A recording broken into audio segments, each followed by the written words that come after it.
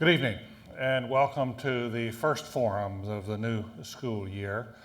4 years ago, when 9/11, the attacks of 9/11 occurred, that subject was the first forum of that school year, and in the weeks that followed, for many students and members of the faculty and members of the community, the chance to come together, to grieve, to think about, to reflect upon what had happened, and to think about the future were some of the most meaningful times of that year. This year, we're all caught up in the tragedy of Hurricane Katrina and the aftermath, the analysis of what happened. And Dean Elwood thought it would be good to start this year with some reflections on Katrina.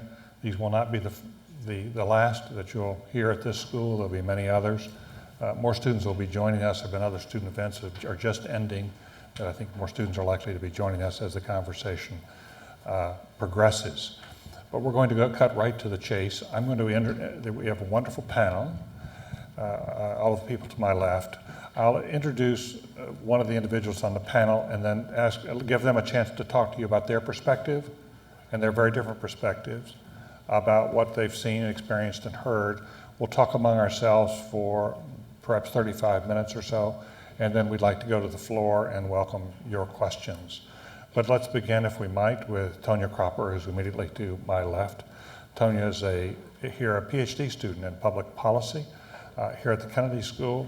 A woman has thought deeply about policy, but she's also had very personal reasons to think about Katrina, and that is 3 of her sisters and 3 of her nieces were evacuated from New Orleans, and I'm sure that those were moments of trauma for your family. Tonya, we're delighted you're here. We look forward to your insights and critique of Hurricane Katrina and the aftermath.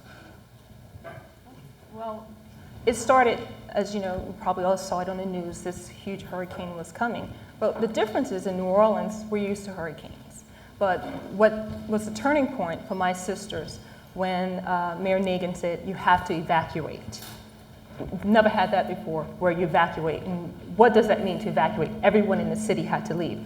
My 3 sisters, they do not have cars, they do not drive, and actually at that time of the month, they had no money. So I was trying to convince them to go to the Superdome, and they were telling me, no, we're gonna stay at home. So they decided to stay at home. After this hurricane was over, they thought they were fine. Unfortunately, the flooding occurred. And during that next 5 days, I was at home, glued to my television set, switching between 3 channels. Hate to say this, but I didn't bathe for 5 days. Just emailing my friends with updates, what was happening. Fortunately, for the first few days, they had cell phones once the water reached the house, and they lived in my great-grandmother's older home, to be very polite. Some people would call it dilapidated house.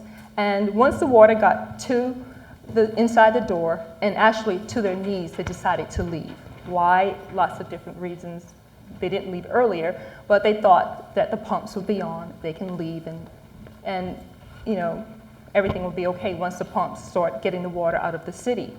But eventually I convinced them to please leave the house. So they did leave, and actually, you know, they were part of the people that were roaming through the water for 8 hours, trying to find a dry place to go. They thought when they found a dry place, that there were a lot of people huddled along the neutral grounds in the city, waiting for somebody to come and pick them up. There was a lot of misinformation going on. They stayed there for about a day. Eventually, they found a house, and I guess you would call them a looter. They found looters, so they found an abandoned house that actually was a battered women's shelter with some other neighbors that they collected, and they waited there for another day. When no one came, you know, I'm thinking, help is on the way. You know, help is on the way. I heard our presidents give this great speech. Unfortunately, help wasn't on the way. So here now we're in day 3, and eventually decided they had to leave this house because water now was starting to come inside this dry house. Fortunately, they were rescued by the Coast Guard. I had another sister who was in the eastern part of New Orleans, and she was rescued by the Coast Guard. But then their ordeal began again, because one was sent to the convention center, and the 2 others were sent down under the bridge. Eventually, they all left New Orleans, out of New Orleans. They're in different parts of the country. Actually, one sister is living with me, and 2 others are in a shelter in in Texas. And that whole time I was going through this, and as some of my colleagues in the PhD program felt some of my frustration because I was feeling helpless and powerless even during that time. And I think one of the things, I was going through this, and I have a daughter, a 13-year-old daughter, and she was like saying, Mom, can I do anything for you? And I just told her, just never be poor and never be powerless, because that's what I felt that was their main crime throughout that whole period, being poor and being powerless. I understand you had a rather strong reaction to the director of FEMA, Mike Brown's statement about the evacuation. One of the interviews I saw when he did the CNN interview, and they asked him about the body counts. And I was livid when he said, well, we can attribute the high body count to those people who did not heed the warnings that they should leave. He could not, it was inconceivable to him why people did not evacuate the city when they were told. And whether it's direct racism, I know a lot of people have their opinions about that, but this man, in his world that he lived, whatever you want to call it, neglect, these people were invisible to him. He could not conceive that there actually were people that not only didn't choose to stay there voluntarily, but actually couldn't even get to the Superdome. There were people, there were people in my neighborhood that really could, at the end of the month, on fixed income, limited income, didn't even have the money for bus fare to get to the Superdome. I mean, that's how on the margin some people in New Orleans live. And you probably all heard the statistics, huge poverty rate. So yes, I was really upset with him early on. And at the time I found out my sister was at the convention center, and he didn't even know. I found out my sister was at the convention center calling around. He didn't even know they had tens of thousands of people at the convention center. Tonya, do you believe that if the faces on the roofs had been those of white upper class, middle class citizens, that the response would have been more rapid? Definitely. And it's not, I don't think that they sat, FEMA, the director, I don't think President Bush, I don't think they sat around in their living room and decide, well, let's not do anything because these people are black. I don't think it's that intentional, overt racism.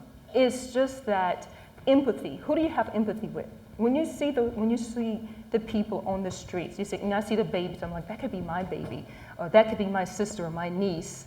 But most Americans, they can't empathize. And unfortunately, most people could empathize with the looting because they can see themselves as being the property owners. That could be my store they're breaking into. That could be my building that's being destroyed that I put all my life's work into. So I think, who do you have empathy for, or what do you have empathy for? And that's where the urgency came from. In my case, I think, to make sure you control the looting as opposed to make sure you evacuate the people out of this city. The line between empathy and racism is very blurry, isn't it? I think so, yes. Yeah. Dr. Lenny Marcus is from the School of Public Health, and he's been a pile driver in trying to work with this school and the School of Public Health to set up programs for emergency training. And Lenny succeeded this last year working with CDC and others to bring a program here to the county school to begin working with federal and state and local officials on preparing themselves to deal with emergencies, to lead in the case of emergency. He was the one who really went out and got the funds. He's been a great partner for this school. Interestingly enough, one of the people to whom we paid some visits a year and a half ago for this was one Michael Brown. And when Michael Brown was in deep trouble in New Orleans, I think around Wednesday morning, when he was in deep trouble, he called Lenny Marcus and said, would you please come here and help me? So Lenny was there and has just come back from New Orleans. We're really interested in your perspective. Thank you. Well, first off, just about New Orleans, they gave me the opportunity to take a helicopter ride of the city, and it's devastating. It's tragically devastating. This is the first time in the history of the United States when a whole city, 80% of the city, is underwater, and they say that you really need to be there to experience that. Wherever you look, there's devastation, and one of the other things, even though we were pretty up high in a helicopter, there's a strong smell that's coming from beneath, and it turns out to be an absolute environmental disaster with oil, gas, sewage and debris spread throughout the water. So it's a very, very difficult scene. My purpose there was primarily to look at leadership issues. And one of the questions that was in my mind was the difference between FEMA's response last year during the Florida hurricanes. You remember there were a number of hurricanes that pounded Florida, and FEMA was generally considered to have done a reasonably good job. And so what are the differences, what are the variables that would distinguish what happened last year during the hurricane and this particular incident? And I think it's important from a leadership perspective for us to start asking those sorts of questions and to specifically understand what some of those distinctions are. First off, this was an incident without precedent. And in discussions with Mike and other people, we looked at the question of imagination and whether they could imagine the possibility that the disaster could grow to the size that it had. And it turned out that curiosity and imagination, critical elements, are things we need to teach people when they're planning for an incident without precedent. And of course, when we're looking at terrorism and the possibility of 100,000 casualties in a mass casualty event, we need to orient people towards looking at the question of managing something that has never happened before. The second critical issue was the coordination of action. And of course, in Florida, we had a lot of experience with hurricanes and good relationships between federal, state, and local officials. Mike expressed tremendous frustration to me. He had asked, implored, begged the mayor of New Orleans to order the evacuation on Saturday, when there might have been some time to help people who couldn't get out on their own. And of course, it didn't happen till later, and now we have to ask everyone. We have to, and there is an interest in our asking everyone. We have to ask the mayor of New Orleans, what was he thinking? The frustration there was that they just didn't take the threat seriously. So we need to look at the whole question of coordination of action. I'll be interested, Gene, when you're talking about the National Guard. There was also frustration that the National Guard wasn't called up earlier in the days following disaster. FEMA actually had assets in the city, and there were assets ready to move into the city, and they were afraid to do so because there was a breakdown in law and order that was the responsibility of the National Guard. So second is that. And third, the question of anarchy. This was a complete breakdown of social order, and people didn't know what to do about it. And it basically took 3 days before they could really help people to regain a sense of control. People in government like to have some critical variables that they're able to control, and there was a sensation that everything was out of control, and they didn't know what to do about it. There was this sense of awe, like, what are we supposed to do next? So those are some of the issues that we need to look at. We need to know and understand some of these variables, and most importantly, there has been certainly a movement in healthcare to learn from errors. Lucian Leap is here from the School of Public Health. We need to bring that same notion to the questions of Katrina. This really shouldn't be a question of who's to blame. It should be more desire to learn from the experience. And everyone that I spoke to down there, from the military people, the FEMA people, the people who are local, are interested in learning from this experience and very interested in working with us here at Harvard to try and gain some of that experience. Lenny, we traditionally look to the state and local folks to be the first responders in the case of a crisis. In this case, the first responders were overwhelmed by what they were facing, and many of the first responders became victims themselves. Right. Why didn't the federal government move immediately to send in the troops? The United States, why didn't they send in the 82nd Airborne, which could have been in there in 18 hours or much less, when they saw the state and locals were overwhelmed? Why did it take so long from Monday afternoon to get help there? One of the laments that was reported to me was that the situation was not federalized early on, that someone should have said, clearly the local and state people can't handle this, it's over, now we're going to federalize it. That would have taken action, that request to the president and action by the president, and I think now in retrospect, there's a strong feeling that that should have been done. The president could have suspended and just sent the troops. Why couldn't he just suspend and go? But she was saying, get everything down here you can. I don't know. I don't know the answer to that question. Next question, let me ask you this. Okay. Michael Brown, was he, there is a widespread view that FEMA became a dumping ground for political people, and then in previous administrations they might be sent to the Commerce Department or someplace else. where they could make a lot of mistakes, but they didn't kill anybody. And here in this case, the administration decided to send former advanced people and things like that over to FEMA. Is that a view you share, or do you think that there was a qualified team running FEMA? I think we need to look deeply, and I think it's very easy to give a blanket yes or no. One thing I think we need to consider again is that FEMA did a good job in 2004. So there weren't people that were questioning credentials last year, very different circumstances. I think everyone agrees that there are a lot of problems in the structure of FEMA, in the leadership of FEMA, and the capacity of FEMA to work with other agencies. And I think there are two things we need to look at in the future. One is structural change and change of agencies at a on the paper level. And the second is there needs to be a good deal of leadership training to prepare people for dealing with and managing circumstances that are outside of their immediate realm of experience or outside of anybody's realm of experience. You're being kind. So what? You're being kind. Well, You're respectful, let's put it that way. respectful. Gene Shaheen served not only 3 terms in the House of Representatives in the state of New Hampshire, she was also served 3 terms as governor of that state. And twice in 1998, she had to call out the Guard, once for, both in for natural disasters that you had in your own state. And she, as you all know, we were privileged that she joined us this fall here at the Kennedy School as a director of the Institute of Politics, which is a university-wide institute, a real crown jewel of the university. Gene, your thoughts as a former governor as you watch this unfold. Did you feel that Governor Blanco provided a model of leadership, or did you have some questions about her leadership?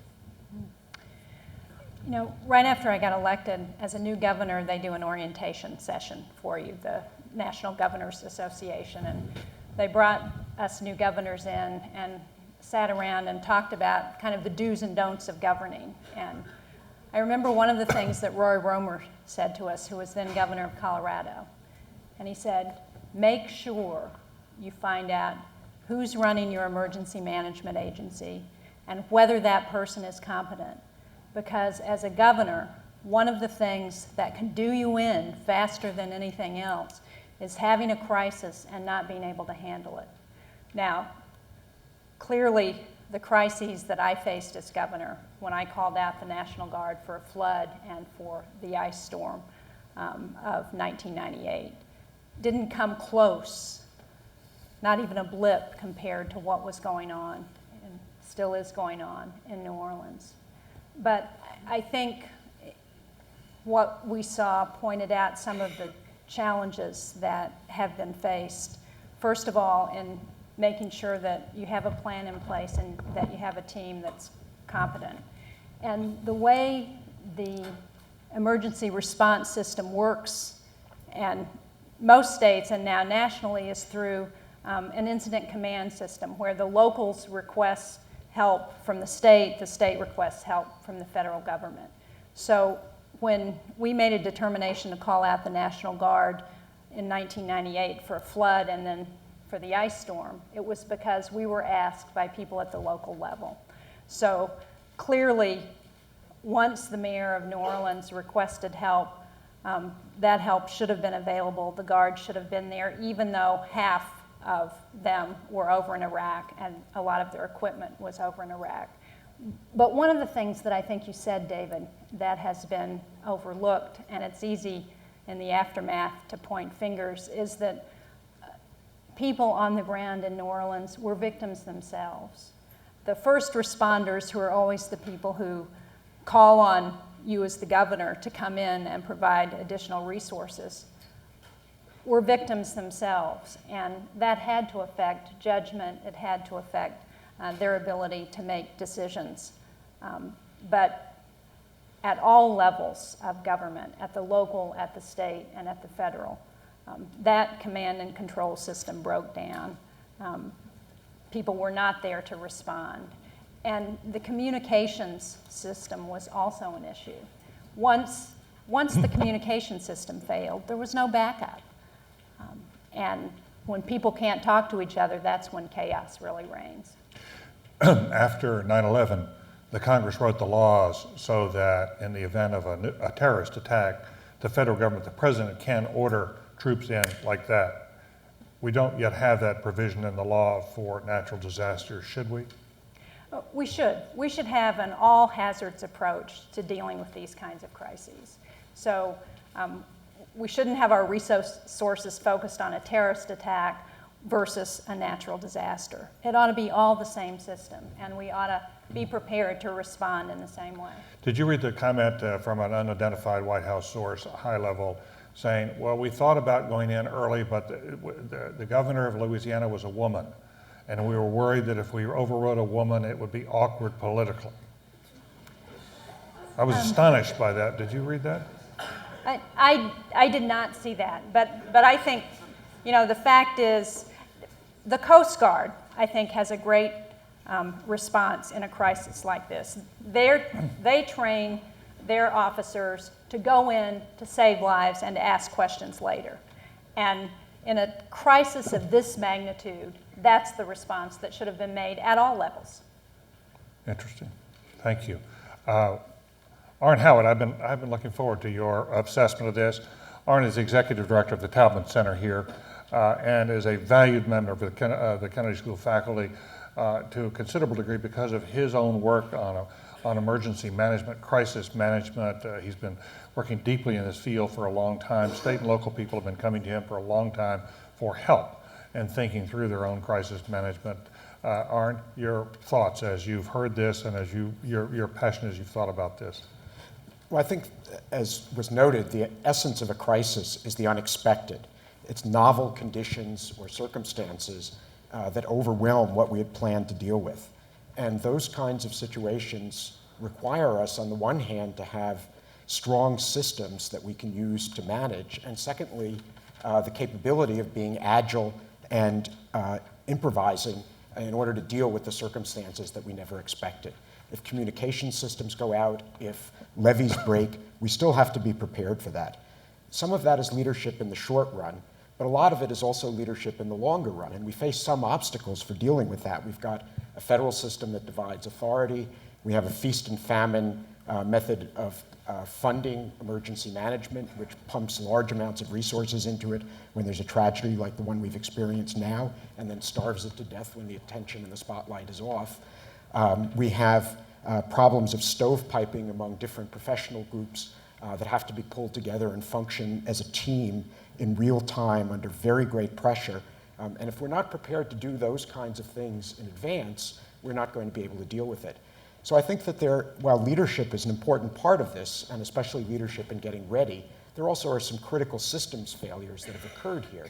One of them is in managing operations under the great pressure of a crisis. We have had on the books, and Congress mandated in the Homeland Security Act of 2002, a national incident management system that would be able to pull emergency responders together across boundaries of levels of government or jurisdictions or professional groups. But we've gone very slowly in implementing it. It's only partially been there. It's been underfunded, and it hasn't had a lot of priority. Second, I think, as several have noted, we have big problems of legal preparedness.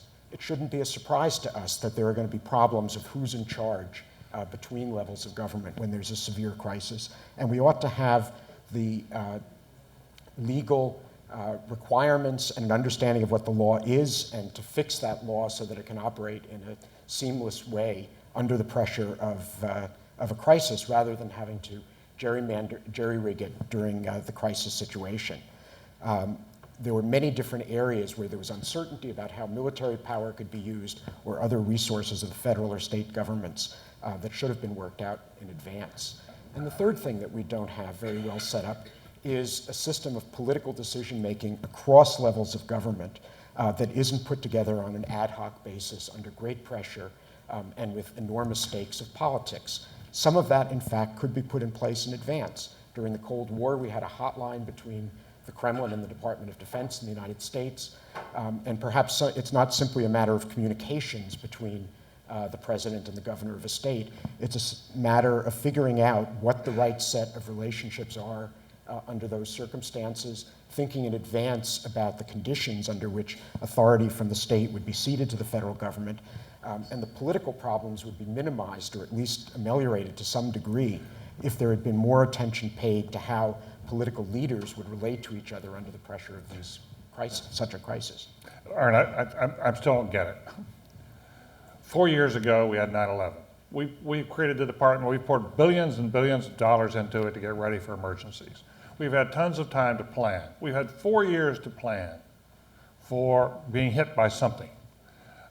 In the state of Louisiana, they had a 5-day exercise last year with FEMA officials to prepare for what was called Hurricane Pam, which was a level 3 storm. 5 days of planning exercises. How do you explain to yourself, after all this time and money and apparent effort, the system still failed? I don't get it still.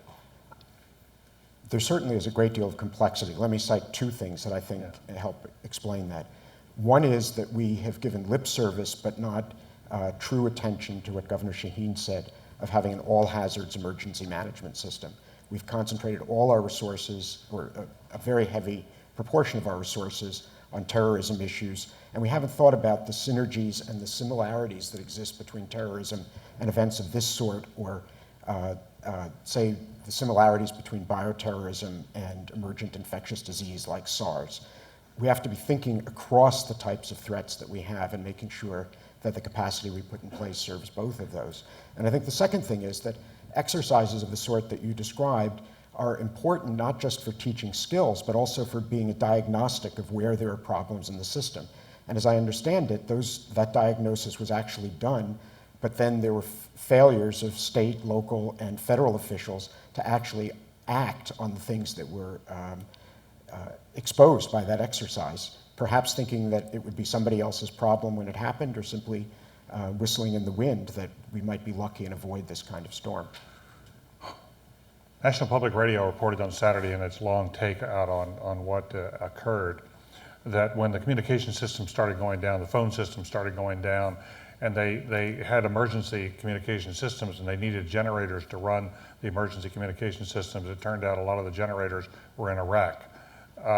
And when they also were thinking about how many troops they had, a lot of their National Guard troops were in Iraq. Did Iraq have a significant role in the response, or was it minor?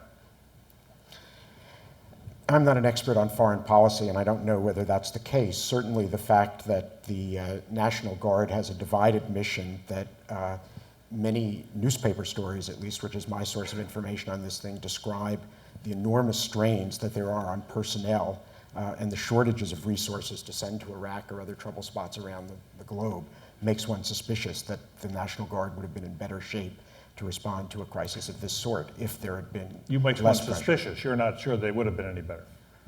I think that that certainly there would have been more manpower available, Right. that to the extent that people were immobilized by transportation or communications problems, that there would have been backups, and the people who were available were likely not to be as tired as they undoubtedly are from doing duties that fall to Gene Sheen, a brief others. intervention. The fact is, almost all the states are involved in a compact that allows us to loan National Guard troops. And the state of New Mexico, it's been reported, offered troops even before the event. I know that New Hampshire was called on Wednesday and made available troops. I think a number of states sent troops. So I think to say that, while I think that was an issue, clearly that was not the problem, because there were troops available. They weren't asked in time to provide the help that they should have And that provided. should have been the responsibility of whom? It could have been the responsibility of the state and local government there. It could have been a federal responsibility too. I mean, FEMA could have intervened at that point and been helpful as well. David, I think that it's quite clear that while in many circumstances the bottom-up kind of emergency response system that we have historically had and that continues to make sense to have works very well, even in severe crises like the series of hurricanes that hit Florida. But we aren't ready for the catastrophic kind of disaster that we faced here, and the federal government has been reticent to take its responsibility, I think, for being able to back up with very little warning a state government or local governments that are overwhelmed. And I think the federal government needs to change its view about this, both in terms of preparing for these crises, in terms of financing and providing technical assistance and training and coordinating resources. And on the other hand, its ability to supersede state authority when there is a breakdown of the sort that we've experienced. That's a change in the balance of federalism that we face. Mm-hmm. We're honored to have Senator Bob Graham from Florida, who's former governor of Florida as well. I hope that we'll have a chance to hear from you, Bob, before this evening is out. I know your perspective is very valuable on this. Dean Elwood, who called this panel, has been thinking a great deal during his professional life about issues of poverty, welfare, low-income Americans, and is wise in many other respects. Perhaps we could start with this question about the invisible becoming visible again, David, as you put it, here in this storm. Yeah, that's exactly. I mean, I'm fascinated by the fact that we're talking about the command and control and communication and coordination issues which occurred after the fact, but in many ways, to me, the biggest failures involved things much deeper than that. And in some sense, I'm really pretty optimistic that eventually we'll solve those problems because we've learned the lesson, I hope, though there are reasons to be nervous. But this is a good example. Poverty has been largely invisible for about 5 or 6 years from the national scene in politics and so forth. And suddenly it became visible again. And the first way, and it's very obvious, and Antonia, I thought, was very articulate in talking about it. I think people have this image, it's time to evacuate. Okay, so the family drives to Home Depot and buys some plywood and puts it up over the windows. And then we load up the minivan and drive out and says, go to a motel and pay for the room and we're all set. And it turns out that in a city where 25% of the people are poor and a whole lot more of them are near poor, that's just not a very viable plan. And you add to that the fact that you're saying, no, we have another plan for you. Your plan is to somehow get to the Superdome. And you might ask yourself, were the smart ones the one that went or the ones that didn't go? Because it turned out to be a pretty hellish place to hang out. And so the poverty, what became abundantly clear is that being poor is enormously precarious, but also that we haven't thought through what it means. I would also add another thing, which worries me that this lesson is not learned. It's interesting to read the New York Times or the Boston Globe and so forth. You hear all about the stuff about command and control. You don't hear very much about people didn't understand about what it means to be in government is to understand who the people are and what it's going to take and how you're going to do that. So I think that's one challenge. Let me also just say that going forward, I don't think we'll learn this lesson. You might ask yourself, okay, now once we've pumped out the city and the housing is back, what is it that the folks are going to need? Yeah, they need a house, but they actually need an income. And in this country, and I'm partly responsible, I played some modest role in it, we've tried to move people from welfare into work and into jobs and so forth. But what that means is when there are no jobs, there is no money. And that is a fundamental challenge that will be coming forward. And will there be jobs? And will people move back? And if they don't, if the poor move back and the middle class doesn't, how are we going to get ahead? So I think that's a huge problem. Let me make one other point about this. And again, Tonya alluded to this. When the poor go from invisible to visible, it's not always a great thing. Because there are two different reactions. One reaction is, oh my gosh, there but for the grace of God go I, a classic statement. But the other statement that sometimes is heard is, what's wrong with them? The us versus them. What's wrong with them? Why didn't they leave? Wouldn't any rational person have left? What's wrong with them looting all those, the stores and so forth? What's wrong with them? And in some sense, what you get is, some people respond with great empathy, but some people respond with, oh, that would never happen to me, And all of a sudden, these pictures that look like third world countries, which we often can ignore because it's in Bangladesh, we can now ignore because the us versus them. And I think that's always a challenge. And that's where I think leadership has to come into the picture to really take this and make this a human tragedy and help people understand just how precarious it is to be poor, as opposed to, again, sort of saying, gee, as a middle class person, I wouldn't have responded that way. David, let me shift gears. And then we have microphones here. We're going to move directly after this into questioning. There should be another, there's the microphones here, there's a couple here, and then there should be one upstairs somewhere. Yeah, sure, Tanya, please, sure. Three things I would like to mention why I'm not very optimistic that we will fix some of the problems, especially with the invisibility of the poor. One perfect example, when the buses did start coming into the city by the hundreds, in New Orleans in particular, Mayor Nagin, there were about 700 tourists and international, especially international tourists, and he made sure they got on those buses first, as opposed to the people that were there for days, in the early days, without food or water. Two, for instance, my sister was lucky and fortunate to go into a very great shelter run by a church. The people were extremely generous. I want all of you to think about all the over $500 million that was generated to Red Cross. But this particular church didn't want, this neighborhood, this area suburb of Birmingham didn't want any of the kids in their schools. I mean, but they gave a tremendous amount of money. But how deep is that support that you will? How many of you want, New Orleans public school system actually is one of the worst in the country. How many of you want your schools that your children attend, bombarded by these children from the New Orleans public school system? And the third reason why I'm not very optimistic that we will solve these problems right away is, and this gets back to, I know a friend of mine says, we have to be careful what we say to certain people. Blacks can say certain things amongst each other that we don't see around white folks.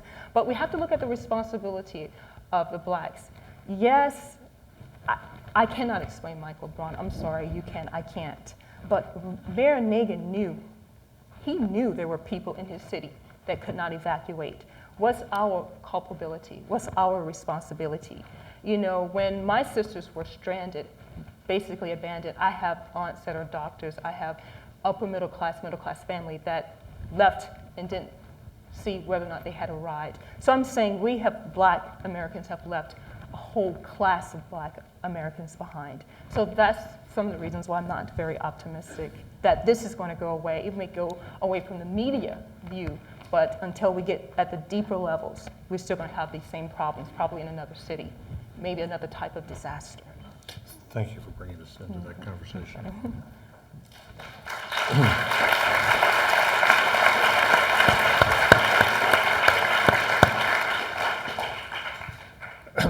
David, there's been much commentary about underfunding in a variety of ways, FEMA, the levees, the Army Corps of Engineers. But there's also now coming a backlash from the conservative side saying, wait a minute, Louisiana got more money for emergencies than anybody else, any other state in the union. And David Brooks yesterday in the New York Times went to the website and found this emergency plan for dealing with evacuations, extraordinarily elaborate, well thought through, so forth and so on. Andrew Sullivan now sounding the same theme. Their argument is, we're spending billions on government and it's not working. Why do we want to entrust the future to more bureaucracy? How do we respond as a school of government to that question? It is a very good question, but it's also an interesting one because in the following sense, you remember Ronald Reagan once said the 9 most frightening words in the English language are "I'm from the government and I'm here to help." You didn't hear a lot of people saying, boy, I just wish government would get off the backs of the people of New Orleans during this crisis. And I think what was very clear is not that people wanted less government, they wanted better government. And to me, that's precisely what we have to be about. And no doubt there are many lessons from this that we will learn and must learn and so forth. But nobody says, oh, gee, let's just let the private sector solve these problems. Now, there are many ways in which government could have used the private sector, been more creative, more innovative, certainly all the command and control kinds of things. So I think it's about better, not less government. But I also think there's a much bigger fundamental problem here. And it's about democracy, it's about our current system and so forth. And that is, it often feels like that democracy is at its worst in dealing with long-term problems that don't present immediate crises that actually matter the most. So, the thing about New Orleans is everyone who's ever visited New Orleans knew how vulnerable it was. That's what all people talk about. There's the levees, like Pontchartrain is just on the other side there. We're one bad hurricane away. FEMA had prepared for it. The locals had prepared for it. And yet no one had done, we're going to spend maybe $100 billion on this, but no one had spent 5 or 10 to really make a difference here. Similarly, Medicare, and there's hundreds of other issues where you can see it coming. It's like watching the grass grow. And yet, for whatever reason, we as a people, we as a nation, and frankly, nations around the world, have real trouble focusing on those long-term issues that don't present the immediate crisis and don't present the immediate benefits. Indeed, mostly present political costs in the short run. We have to plan now for Medicare costs in the future. That's a very costly sort of thing. So I think the challenge for us is we believe in democracy. We need to make democracy work. We need to make the nation work. We need to use business and government and nonprofits, but we have to be smarter about it. And I think what's interesting about this disaster and many others, we've turned the corner on the problem is just too much government. I think now the problem is making government work, and frankly, making the whole system work. And that's what we ought to be about, and I think that's a challenge for the future. Let's go to the floor, and for questions, I would ask you that the questions be brief, and in the Kennedy School tradition, they end with a question mark. And I just want to say in advance to offer my apologies, I have a plane in less than 1 hour from Logan Airport, and by pre-arrangement, I'm going to now slip away, and David Elwood, our dean, is going to moderate from now, but you have the first question. Well, please identify yourself. Please identify yourself as well. It's not, oh, okay. My name is Leslie Gerwin. I am a mid-career student here. A week ago Saturday, I was at Logan Airport preparing to go visit my husband and my home and pick up my winter clothes in New Orleans. And I heard a weather report and did not get on the plane. I have been asked to give sort of an afterthought rather than a question. If you'll indulge me for a moment, I think that I could add a few personal insights on the politics, the sociology, the pathology, and the stupidity that underlie this crisis in New Orleans. And given the time constraints, I'm going to refer to my notes. But let me begin by saying that last September, a year ago September, Hurricane Ivan was coming to New Orleans. And it was a Category 5 storm when the voluntary evacuation order was given. Over half of Louisiana left at the same time. That caused massive gridlock. And it was 9 hours to get the 70 miles to Baton Rouge and 20 hours to get out of harm's way in Houston. One weather reporter said, if you didn't have to leave right now, don't. And many of us didn't leave. He almost lost his job. We were prepared to leave. We had our stuff in the car. The curfew was approaching. We waited for the last bulletin on the traffic and the weather, and indeed the storm had turned. We unpacked the car, and what struck me in particular when we went out for our walk in the calm before the storm was that the few neighbors who also did not evacuate were so smug. They had played chicken, they had won. They were the smart ones who didn't leave the city. Later that evening, as the storm approached, one of the more respected voices of reason in New Orleans, the director of emergency management for Jefferson Parish, emerged from a meeting and said to the television cameras, it was as if the hand of God had come out and spread itself over Louisiana. It was, for New Orleans, the disaster of Ivan was the evacuation. And in an extraordinary move, the governor and the leaders of all the parishes sat down and developed a plan to ease the evacuation problem. And they actually came up with a plan. And it called for a staged evacuation and a variety of other things that would have the low-lying parishes go first, and it would be a coordinated evacuation. This was extensively broadcast over the coming year. But as the 2005 hurricane season approached, two things happened. First, there was a meeting of officials to review the plans for the evacuation. My friend, who's the local newspaper's expert on hurricane preparedness, had gone to a meeting with FEMA and local officials. At that meeting, they predicted there would be a displacement, that a catastrophic storm would displace 1 million people and up to 500,000 volunteer helpers or rescue personnel, and they had not a clue how to house them. And second, we had the earliest reported tropical system in the Gulf. And as it was gaining strength, one of the parish chairmen, we call our counties, quaintly, we call them parishes, abandoned the agreement and ordered a voluntary evacuation.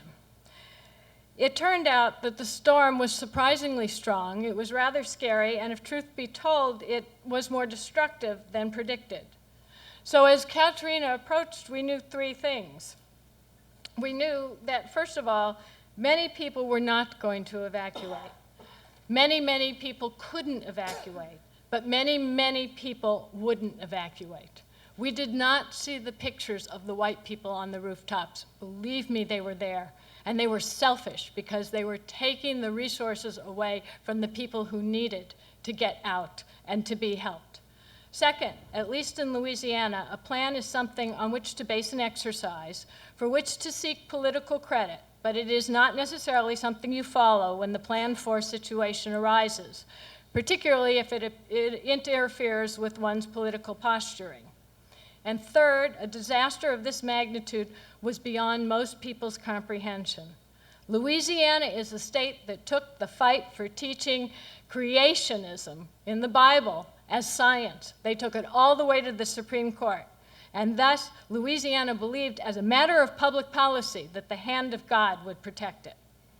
So even before the 2005 hurricane season, we knew the following. First, that weather patterns have been undergoing a change. Recent tropical storms were more numerous and violent. I've lived in New Orleans 22 years. In the past 5 years, we had to prepare or we evacuated 4 times. You don't have to call it global warming, but at least some leader should see that it's a global warning. Second, many people in New Orleans work full-time jobs and sometimes 2, but they are living in poverty because the current minimum wage is not a livable wage. New Orleans' principal industry is tourism, which offers minimum wage jobs with no health insurance to residents, while making mega bucks from tourists to hotel chains. The latest addition to the New Orleans economic development repertory was the opening of the Super Walmart, using a tax incentive that exempts the Walmart from paying city taxes so that it and its developers can recoup their investment costs. This is the same Walmart from which the guns were stolen to shoot at the medical evacuation helicopters. Fourth, our political leaders seek to address problems in ways that will accomplish 3 things. First, it will allow them to claim credit for doing something. Second, as Dean Elwood said, it will allow them to show immediate results for which they can claim credit. And third, in some cases, it will allow them and themselves to enrich themselves. These criteria are not necessarily the same as investing needed resources in an effective solution. Consequently, our economic development policy, according to a new November 2004 report, has, quote, proceeded without planning, prioritization, and accountability that were warranted for the number of dollars invested. A large... Can I just, Yeah. I'm sorry to interrupt you. Could you, I know this is, I would love to have you post this on the site and so forth. Could you summarize a couple of things quickly here for us? Fine, I'll be happy to. Come to a question. I would just like, no, I don't have, I would just like to say that I will conclude with my prediction. I'm with Tanya. New Orleans will not come back better than ever. The so-called opportunity that we have will be squandered. There will be a loss of political nerve. No one will have the courage to stop the money train and to suggest that we debate the tough issues and make the tough choices. New Orleans will resort to outside experts who will support their positions, and we're in for a lot of verbal sparring. There will be an enormous amount of political profiteering which will dwarf the commercial profiteering, and there will be lots and lots and lots of money wasted. Everyone will want their share, whether or not it will be spent wisely. Some will want and receive greater share, and they will have the connections to get it. No one will be held strictly accountable. Thank you very much. Anybody in the panel like to respond or react?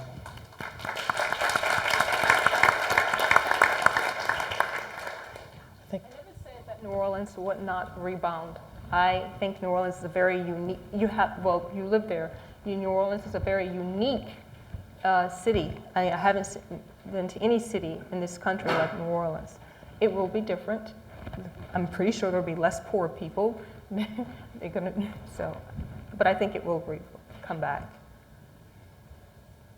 I Again, I think but I think you pose a very stark challenge for us. And the question is, can we use this? Can we as a school, and can we as a nation, and can we as people from around the world use this to make things better? I think you provided a reason to be concerned. I think we also have to find reasons for optimism. So I'm just going to go around the horn here. Go ahead.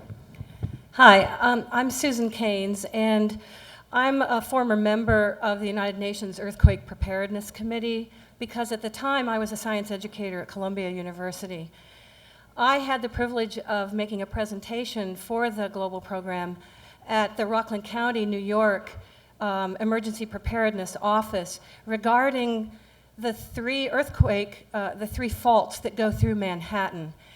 And I presented to them the data related to what we know about earthquake predictions, which goes counter to the work at Columbia University. But our work comes from the work of Chinese Academy of Science scientist, head of our committee and the convener of the committee. And they said, we cannot support you. We agree with you totally that an earthquake of 5 on the Richter scale in Manhattan will produce no less than 2 million deaths, and there are not the resources in this country to deal with a 5-point on the Richter scale. And we agree with you that there's increased seismic activity, and we know that. And yet we can't convince New Yorkers or East Coasters that this is an earthquake-prone zone. So when I came to Boston to attend seminary, right after 9/11, we brought in the woman from the Philippines. Do you have a question for us? I'm getting to it, but Okay. I have to stage it first. Well, again, the goal here is to I'm keep the almost questions there. short and let the panel respond. Almost So please. there. Good. We brought in the woman from the Philippines who is in charge of community-based emergency preparedness. And it's about what individuals do. And I would like to ask, because it seems to me that we put an awful lot of trust in government and think that everything is taken care of and don't take care of our individual part of what we should be doing in preparedness of any kind of disaster. I also work with Indian tribes. I work with the poorest tribe in the United States, the Pine Ridge Indian Reservation. Every child there knows that the government cannot come through for them when they need it, and so they all know the foods that they need to eat when the government doesn't come through. Okay. So I think I would like it if you would respond to not just the role of government, which is all public policy things, but part of that public policy has to do with how do we empower local communities to be prepared? How do we empower people in apartment buildings in New York City Got it. to be aware? Terrific. So how do we do it, and how do we get people to take personal responsibility for these things as well? I'm going to answer though with another question. Certainly one lesson that we would hope people in the United States would learn, and which the government has been saying for some while, is you need to be able to live totally on your own for 72 hours. And I will say in my home, there's enough water, food, batteries, and everything to make it for 72 hours because you might not be able to depend on the municipal system. The question is, and I'm going to put this to the rest of the panel as well, is it possible to conceive of neighbors looking out for other neighbors, for churches, synagogues, other institutions, to begin thinking about how we're going to help one another and to make that a framework for helping one another, knowing that government might not be able to do the job? And I wonder if this might prompt a cohesion among neighbors and communities that could actually be one benefit that would come out of this, that not only would respond to a major disaster, as we've seen, but could just be a way to help people deal with the day-to-day challenges that face us. I saw this happen in Maine when I went up to a community, and they told me that in response to 9/11, they created a community coordinating network to make sure that everybody's okay, whether it was terrorism or just do you need groceries during a snowstorm? And I would put this to the panel. Do you think there is that opportunity? Yeah, I know. I grew up outside of New Orleans before we moved to New Orleans in a small town called Lacombe in St. Tammany Parish. And so far, I haven't heard of, I don't know the official death count, but in a small, very rural town, people looked out for each other. I mean, it does happen in smaller towns, but it's different in an urban environment. In a smaller town where almost all of us were kin, people knew each other, were kin to each other, and people made sure, oh, you have a ride? Are you going to shelter? So, I mean, I think that happens, and there's some of the things that it happens in smaller communities, but I think it's a different, it's a different dynamics in a large urban area. I think you're right, Tonya. And actually, part of New Hampshire's emergency plan does provide for an awful lot of community organizations, for churches, for schools to be part of any kind of emergency response. And we also have, at post-September 11th, had as part of that what individuals should do. And the 72-hour be prepared to be on your own was definitely a part of that. Post-September 11th, I think there was that spirit in the country very much, a real sense of trying to look out for each other. But it is harder when you're in an urban area and you don't know your neighbors, and crime is a factor. There are lots of other issues that you're dealing with. To come up with that kind of a plan is more of a challenge. But still important. Go ahead. Good evening.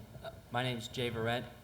I'm a second-year MPP here at the Kennedy School, and I've lived in Louisiana my whole life, about 90 miles outside of the city, and I was in New Orleans actually before I came here,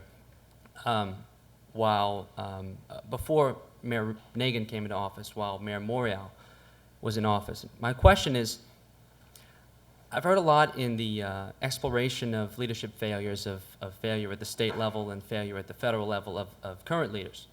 But I haven't heard a lot about failure of past leaders, of past governors of Louisiana. For instance, Edwin Edwards is sitting in jail in Fort Worth right now.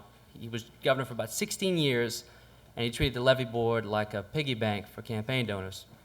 Mayor Morial also is not under investigation himself, but a number of high-ranking members of his administration are currently under investigation by the U.S. Attorney for also corruption involving, of all things, the levee board as well. Why hasn't any of this been discussed in the media, do you think? Is it taboo to criticize the local level at this stage, and do you think it's something that might come up in the future? Okay, good question. I think that there's no question that, as I mentioned earlier, that looking back, there are clearly leadership problems that arose, and no one, I think, would claim that Louisiana has been blessed by the best quality government in the United States. I think that these are clearly critical issues for Louisianans to be worried about. I think in the context of disaster relief, however, and thinking not only about Louisiana and this particular crisis, but also getting the country ready for events that might happen in the future, that we have to think about the federal government or states in relationship to some of their communities, not just large cities that may not be well governed, but small communities that don't have the resources to respond to a large problem. We have to think about states and federal government building backup capability of responding to the immediate need of the crisis. And so I think that while the mission of helping Louisiana improve the quality of its institutions is one that all of us should care about, I think also in terms of thinking about how to prevent future disasters, that we have to be worried about building that kind of backup capacity so that if local institutions fail, and there will be variability in how good they are, no matter how good the average is, we're ready to respond to the needs of people who are in crisis. What about it? Has local government been given a free pass? State and local government? Listen, I think they're not writing that story because that's not the story right now. The story, those folks are out of office. They don't have, the political interest is about the current administration. It's about the people currently in office. And maybe at some point, as we reflect on the crisis, people will go back and write about the failures of the past administrations that have led to where we are. But the story now is the current crisis. I'm Stephanie Shaheen. I'm a mid-career MPA student, and I was the one trying to have the wedding in 1998 when Mom had to call out the National Guard and declare a state of emergency. But my question is, She's related to a panelist. given that we talk a lot about the fact that the folks who have been most devastated by this tragedy are those who may be perceived by others to be invisible, I'm really concerned that as the pictures fall out of the media and we don't see the same kind of barrage we've been seeing over the last 2 weeks, and the real rebuilding has to begin and these families have to put their lives back together, we forget.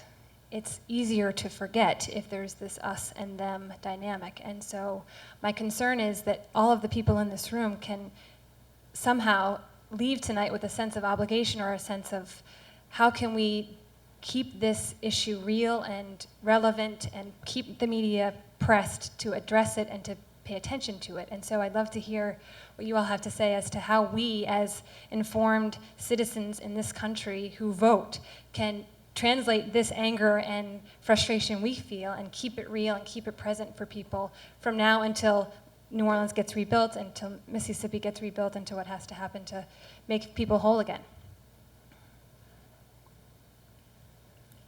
It seems to me that that you were posing a challenge that's the complement to what Dean Elwood proposed, which is how do we keep issues of this sort in the public eye when the headlines fade, when no one is being reminded about poor people in New Orleans suffering, when the drama of the early economic reconstruction is over and the drudge work of making it happen over the course of a number of years is still ahead of us.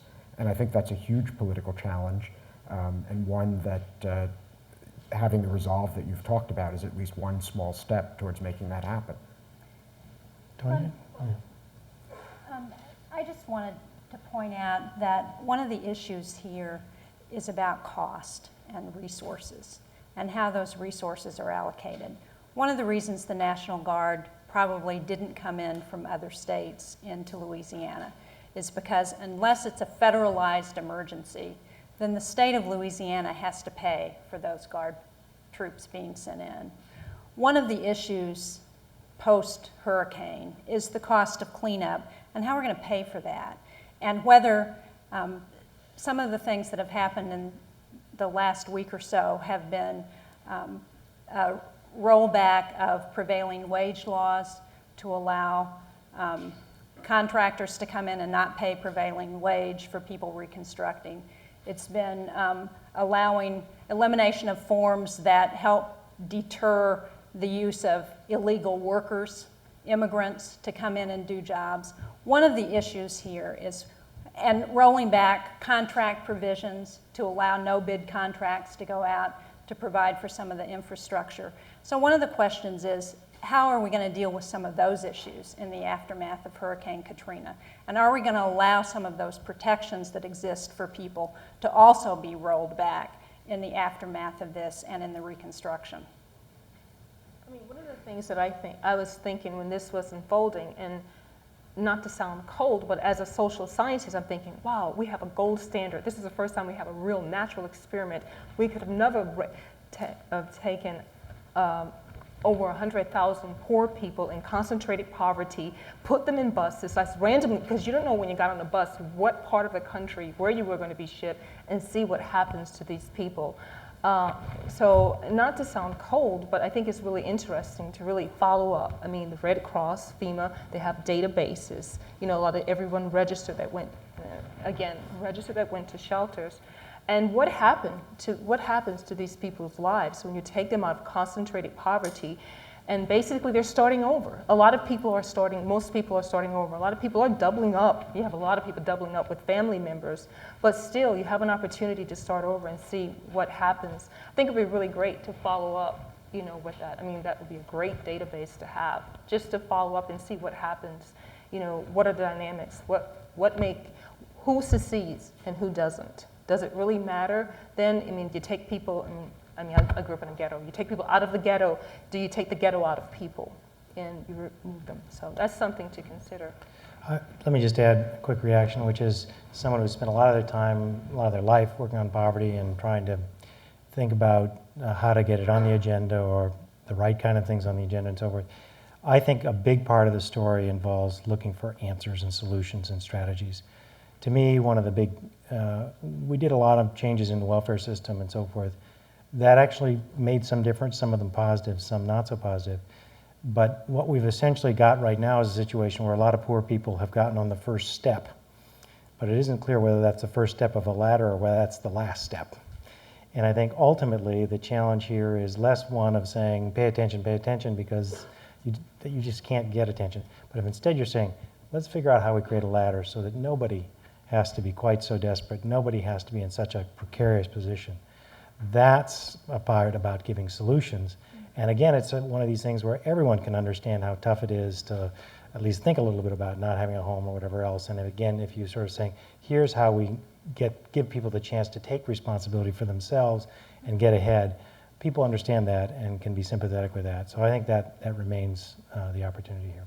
Right here. And finally, this is a story that might not be on the front pages for a long time, and it will last for a long time, because the process of relocating people, helping people build new lives, of deciding what to do about what is, what is now a toxic waste dump of New Orleans. It's an awful scene.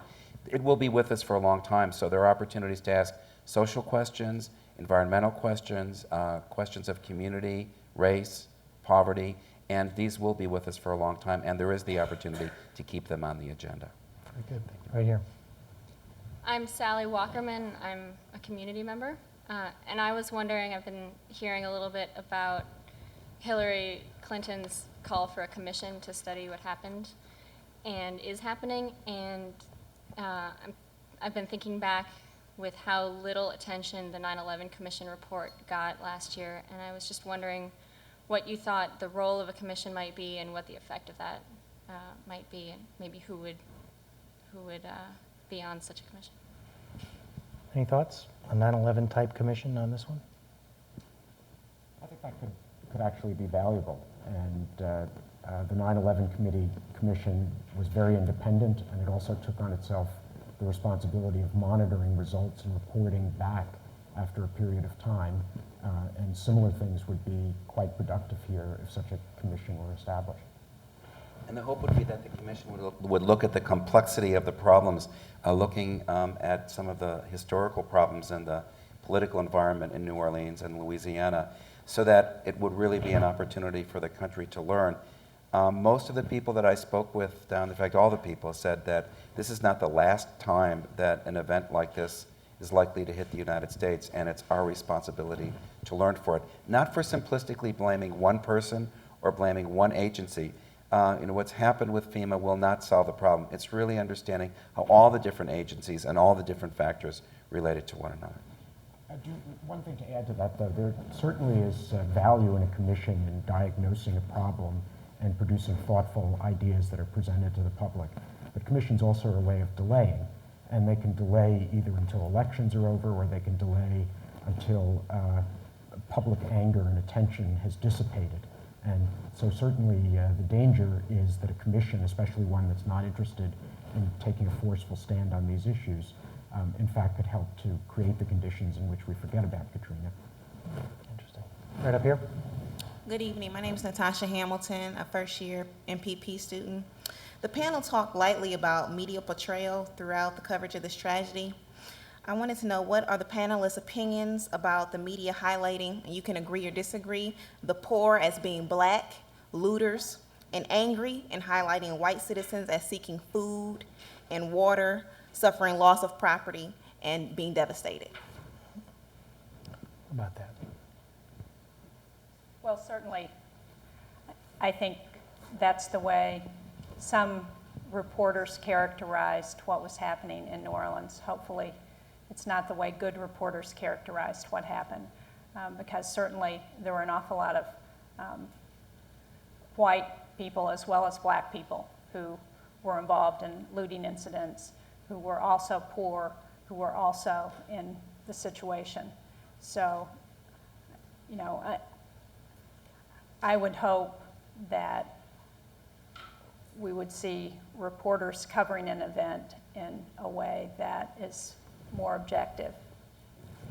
But you also have to realize, and you have to be, New Orleans Louisiana has, I think this year they surpassed Texas again, the highest incarceration rate in the country. And if you look at the pictures, let's look at images. I don't know if any of you saw the pictures of the prisoners from Orleans Parish prisoner.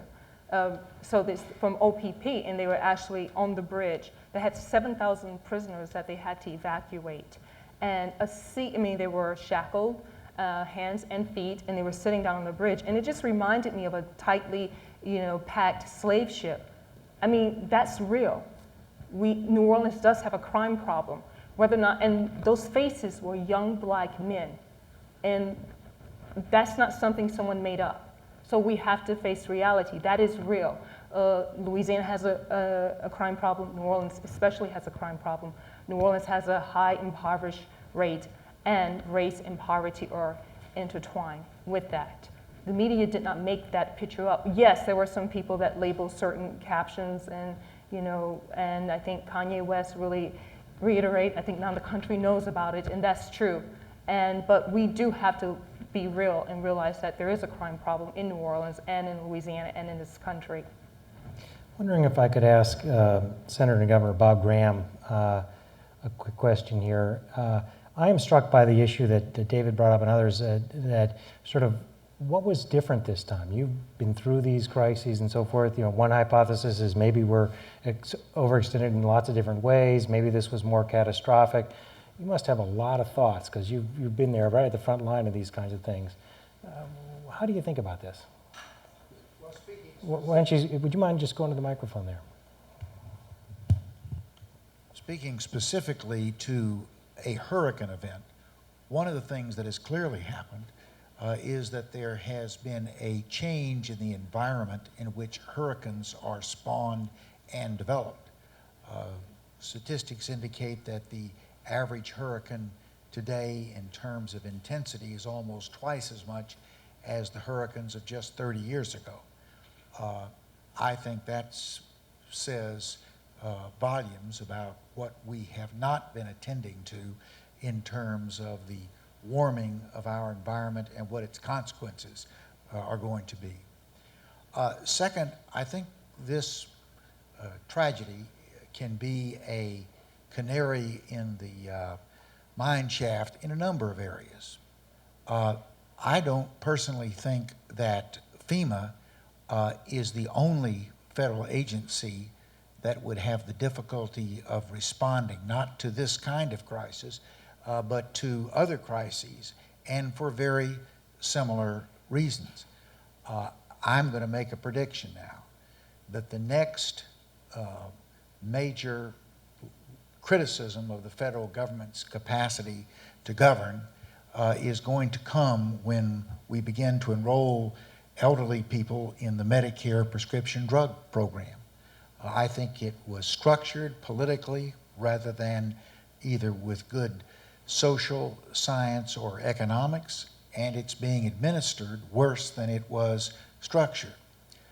So I hope that this will cause us to look at the totality of our governing structure, beginning at the federal level, to see if we can use this tragedy to avoid not similar but other adverse consequences, unnecessarily adverse consequences on our people. Okay, excuse me. Just one final third comment. We're going to rebuild New Orleans. I don't think there's any serious consideration that this is going to be left as a wasteland. In fact, the history of cities is one of destruction and rebuilding. For a period of almost 1,000 years, every century, London burned down and had to be rebuilt. We are at that point in New Orleans. I would hope that we would be attentive to some of the problems that we talked about, particularly this problem of community. If there's one thing we've learned in urban planning, is there are ways to design cities that will increase interpersonal social relationships, which will help build some of these bridges of neighborliness among people, and among other things, by doing so, make us less vulnerable. Thank you. I'm afraid we'll have time for just two more questions, and I'm sorry for those of you that won't have a chance. This is, I know, a very intense and personal experience for many of us. Thank you. My name is Carl Schulman. I'm an undergraduate student. And there was talk earlier about a structural deficit in democratic decision-making and dealing with non-obvious problems, things that are not immediately visible. And another sort of salient problem that comes to mind right now is not from the natural disaster front, but the public health perspective. I'm from Toronto in Canada, where we dealt with the SARS situation recently. And a number of countries worldwide, New Zealand, France, and so on, are right now preparing to deal with a possible outbreak of the H5N1 avian flu. The World Health Organization, our Center for Disease Control have all been speaking out on this, but the United States has done relatively little on this. And I'm wondering if, in your opinion, this recent disaster would be likely lead to greater interest in preventive measures on that, these other areas of trouble, or whether we'll have something similar to after September 11th, where enormous efforts were put into defense of airline security, but then other areas may have been neglected. Okay, and that actually follows up with Senator and Governor Graham's comments. Is this a canary in the mine shaft, and will we suddenly become more aware of these sort of longer-term problems and take them seriously, or is this today's news but tomorrow's forgotten story? Well, I think there will be a greater response, and specifically in terms of the potential for a flu pandemic. The public health community is very, very concerned about this. There were a lot of lessons that were learned in this country about the handling of the SARS epidemic. We learned a lot in this country from what occurred in Toronto, so that at least within the public health community there's been a tremendous concern. The primary concern being that it takes a long time, should this virus mutate, it will take a long time to develop a vaccine, to produce the vaccine, to distribute the vaccine. And one of the lessons of what happened in Louisiana and New Orleans is the lesson of time, and that you oftentimes don't have a great deal of time in a disaster, and your best chance of trying to address the problems of time and timing is to be well prepared and then to make very quick, critical, strategic decisions in the moment of the disaster. And so I would hope that from a leadership training perspective would be something that we would be putting a great deal of attention upon. I think that you were making an important point, that increasingly we're becoming aware that there are not separate natural disasters or technology disasters or emergent infectious disease or terrorism that are the kinds of catastrophes that we have to be worried about, but that these situations have important things in common, and importantly that while there are differences in them and the response has to be different in some ways, there are many commonalities in the capabilities that we have to be able to have in order to deal with them. So that if there were a flu epidemic, almost certainly we would have to have some capacity for going door to door and finding people who were afflicted, just as we needed to have that in the evacuation from the hurricane.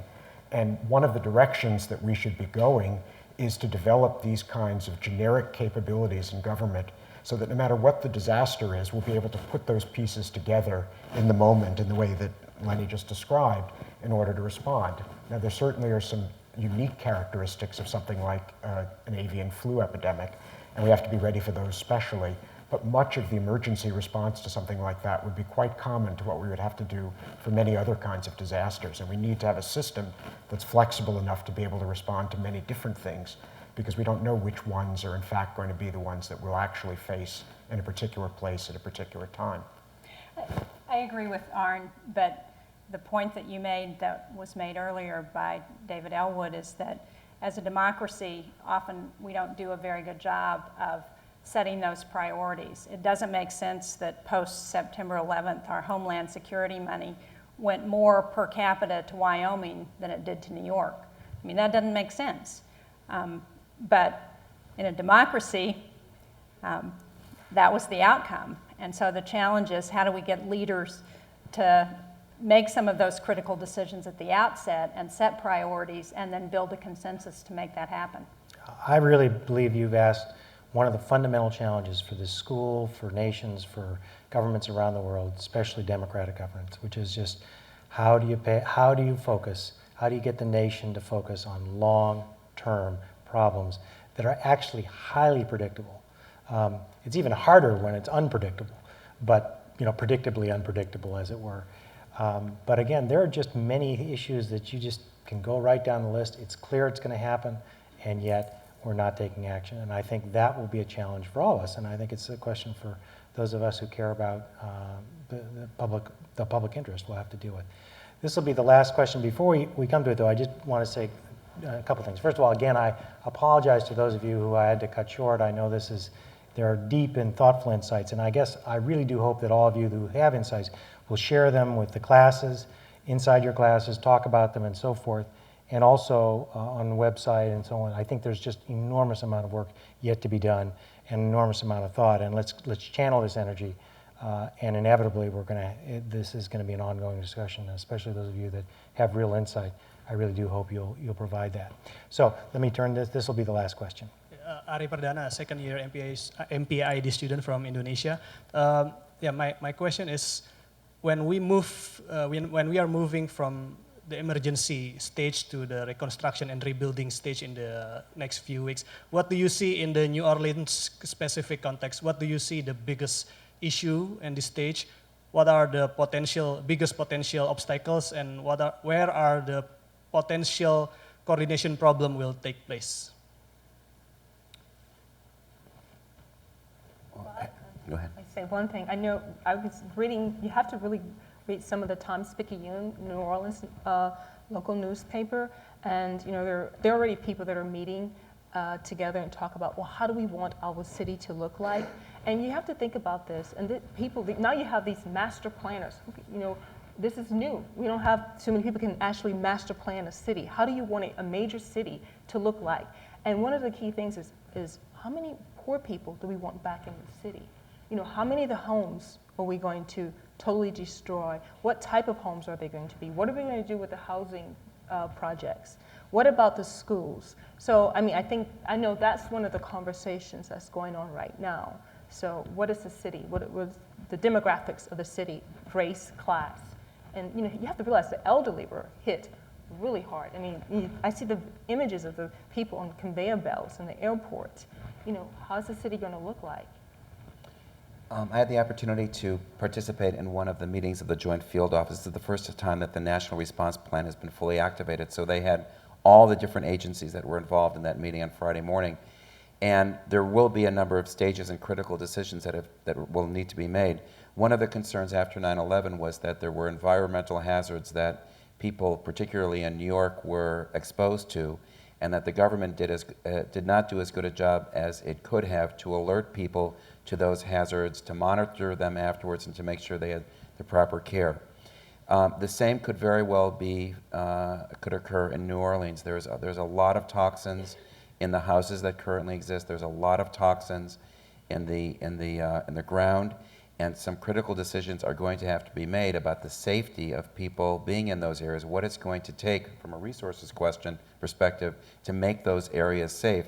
And how do we make sure, and I think this will go back to another question of government credibility, will we be honest and straightforward with people about what they face in terms of their long-term health and welfare in and around that city? And those are questions for which we don't now have answers, and we're going to have to be very forthright and honest with ourselves about what are the real dangers in New Orleans, what are the real costs in trying to deal with those dangers, and then what are the decisions that will face us as a country in terms of next steps. I've argued earlier this evening for a larger federal role for emergency response in the moment of crisis, but I think I am definitely prepared to argue for caution about that in the issue of reconstruction. I follow here some insights of my colleague Dutch Leonard, who's recently been writing about the recovery in Aceh in Indonesia from the tsunami, and argues that reconstruction effort has been dominated by very large outside institutions that are unaware of the social construction of community, are unaware of what it takes to make an economy work in a society that's very different from the places that individuals came from. And I think the analogy of that is certainly possible in New Orleans as well, that we will redesign. We do need master plans, but we also need to make sure that we have neighborhoods that work effectively, that are socially viable, that are economically viable on a small scale, as well as on a metropolitan level. And if we squeeze out the local decision makers because they don't have the money to do the reconstruction, if we let this effort be dominated by very large institutions which have to participate but don't necessarily have to dominate, then we will probably wind up with something that is much less good than it could be. All right, I thank all the members of the panel for your participation.